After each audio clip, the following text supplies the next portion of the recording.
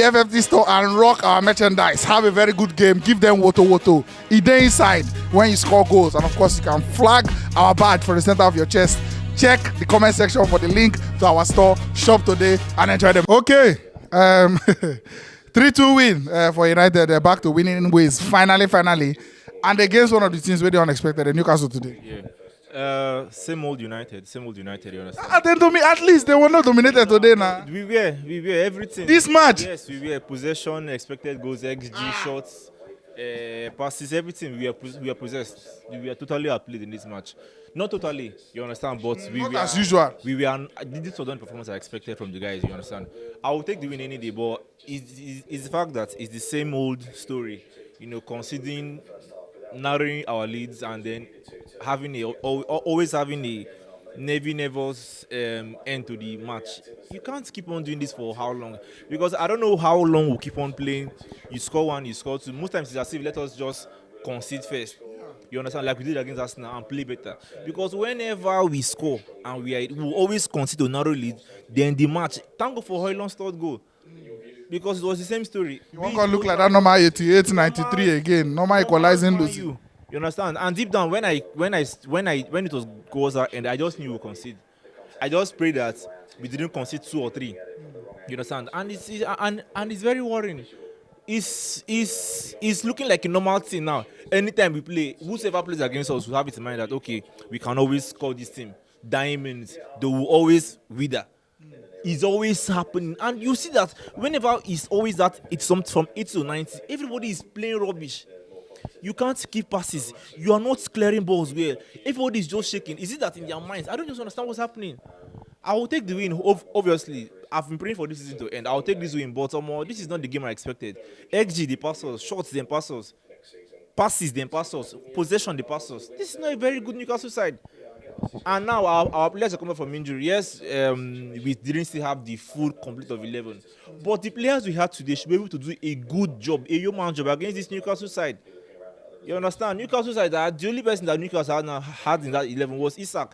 Trippier has been rubbish. Murphy is rubbish. Okay, Isak and Gordon. But these are our players, and we played at home. So what kind of performance is that? But I mean, maybe they were so over concerned about getting the win as your last game at Old Trafford, you understand, for the season. So maybe they just ready to do the job no matter how dirty it was, which I feel that's what they wanted. Because when Ten Hag was making those subs and was taking off Bruno, bringing in Martinez, and then all those stuff, I just felt like okay, just ready to lock up shop and just get the win. But there's a lot. We are far behind where I want us to be.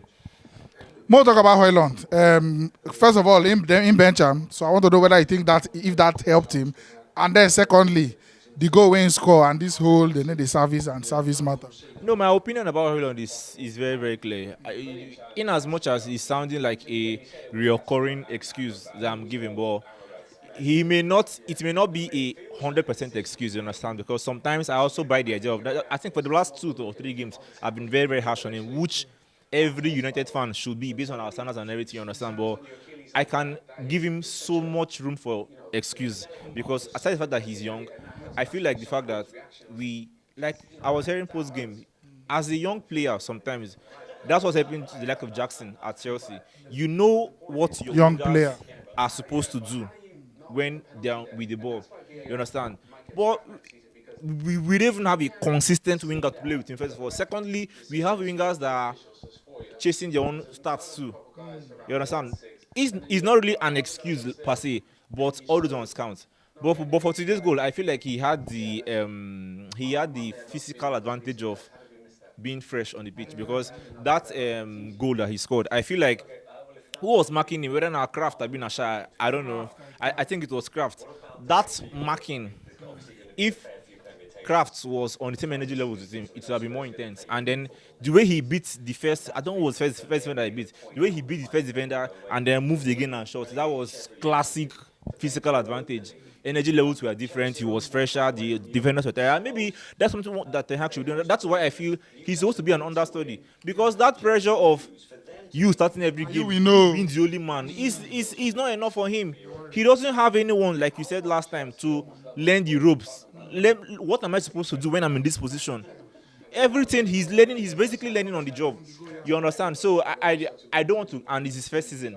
Your first season, he has had a lot of injury layoffs. I think like 2 or 3 times, hunchback, back, and one other one again. So I'm going to give him a lot of this thing.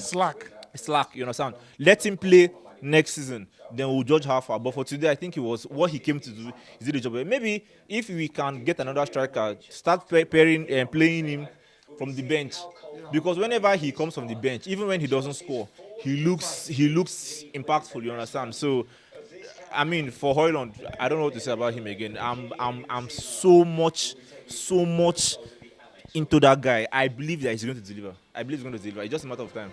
And then Bruno, I mean, he show why he play 2 matches. The losing be like that. You understand? It's not like if he plays, the winning is assured. But if he's playing, the winning is more assured. It's clear. There's no hard and fast rule about it. There's no mincing word with Bruno Fernandes in this Man U team. He's the ink, he's the oil, he's the juice, he's the everything. The team play, he dictates, not intentionally, but he dictates which way the team goes. If Bruno doesn't play, we don't play. Even on his bad games, I remember the Liverpool game at Old Trafford, you were like, oh, he's very, very rubbish. Second half, he scored from midfield. You understand? So quality is quality, and then I feel for this man because this is a man that has given his heart, he has given his soul, he has given his spirit. Sometimes after games, I feel his DNA is littered all over the pitch because he drops. He leave everything for the pitch. See, if they interview him after game, he would breathe. He won't breathe again, like saying in lungs. I feel for that guy. Now he has been playing with. When he was going off, I don't know if any other person observed it, but when he was going off, he had to shake everybody with left hand. That he has been playing through that right hand. He never good.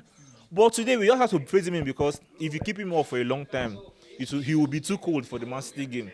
And that's why I feel Ten Hag in all his wisdom had to take him off sometime. You understand? That hand is not good. He has played with injury since. But he is still who he is.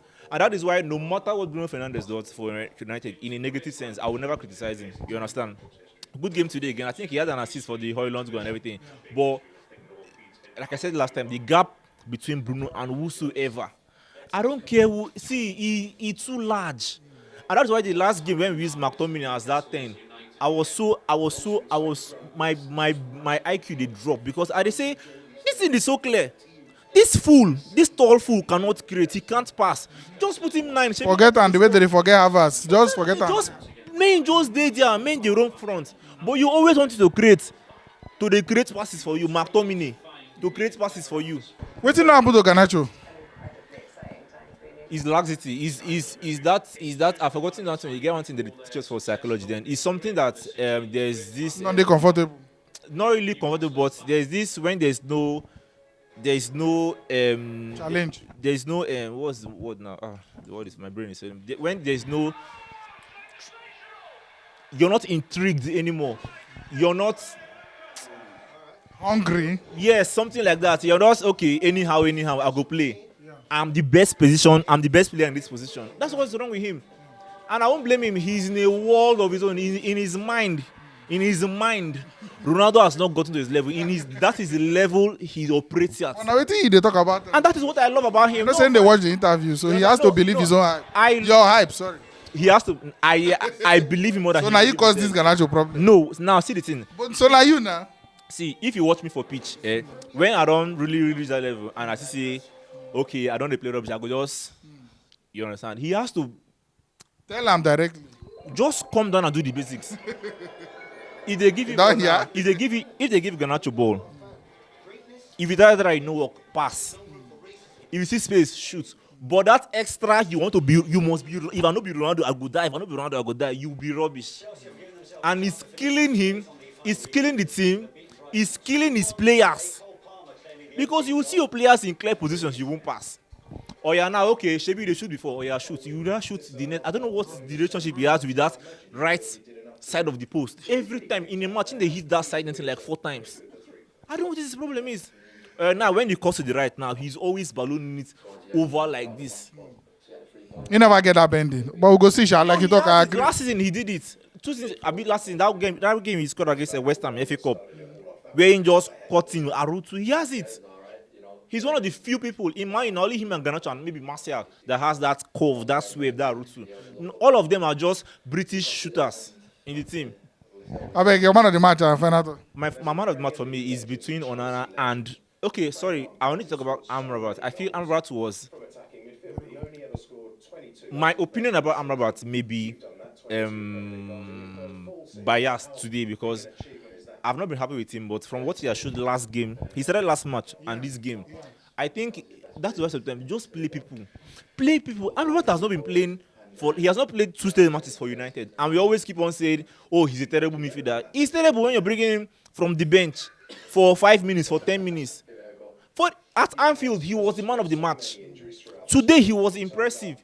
That challenge on Isak, when Isak was through on goal, you understand? And then 1 or 2 other, he doesn't have the pace. Of course, he won't have everything. He doesn't have the pace. But what he lacks in pace, he replaces it in maturity. That's even if you get oil, you may easily dribble him fine. But that still in midfield, yes, that's the word. He has it. And then in a team as United that we are always looking for partner Mino to be in the DM, he would easily do the job there because he doesn't go forward. He's never in goal scoring conversations. He's always, let me just be in front of Onana. In fact, he may even be behind centre back sometimes. And I think he's only them in Man United that does that. I beg your final thought. My final thought is that the season is over finally, which I've been praying for. There is light at the end of the tunnel because I feel today, for instance, all the goal scorers, young boys, most of the times in our team, the goal scorers are, in fact, which other players do we have? The only players that are not young that scores for us is maybe Bruno Fernandes. The rest of them, from Ahmad to Anthony to Garnacho to Højlund to Mainu, they're all young brats, you understand? So I feel the future is really, really bright. Now, what do we do with these players? Do we make them the mainstay in the team? Or do we have to, because in as much as it's a two-sided thing, if you always keep on playing young stars, you may stretch them or they may develop. You understand? That is where now some experienced head comes in. But the experienced head in the team are all idiots. So now what do we do with them? Varane is leaving, Wan-Bissaka is leaving, Casemiro may most likely leave, Eriksen will leave. Martial, I think he has a flight tonight. He has to leave. You understand? So what do we do with the young stars? Because it will be so shameful that these young players we have, Manu, Garnacho, Højlund, after all these initial shenanigans, they now just going into what do we do with them? What is the plan? I like the fact that, and also I love how Ten Hag addressed the crowd today. He knows that it has been a very, very woeful season. But I heard the speech. That sounds like someone that alone bought me over. I think he's the man for the job. Give him time. Of course, now. Anyway, Newcastle 3-2. He's the man for the job. No, I didn't say he's the man for the job because he won Newcastle. I said he's the man for the job because of the post-match interview. I said I lose today if I talk like that. No, who if they were in blame Rashford. No, see, that mic was already hired for the match. We were done at 5-0. Please take this man away, please. Can you take it away, please? Hasta la vista, amigos. Thanks for watching. Right here, another one of our videos where you're supposed to like, and all our social media links. I beg, follow us on every platform because we get content for everybody.